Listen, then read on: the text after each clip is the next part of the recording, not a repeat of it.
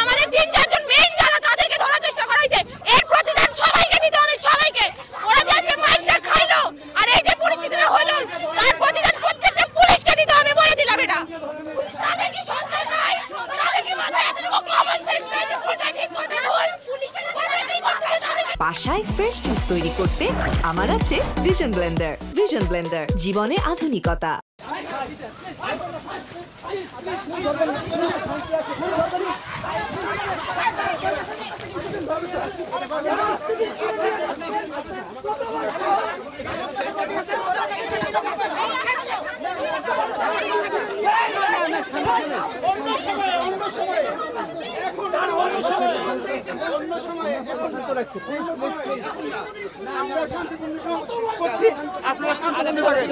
অন্য জায়গায় ধরেন।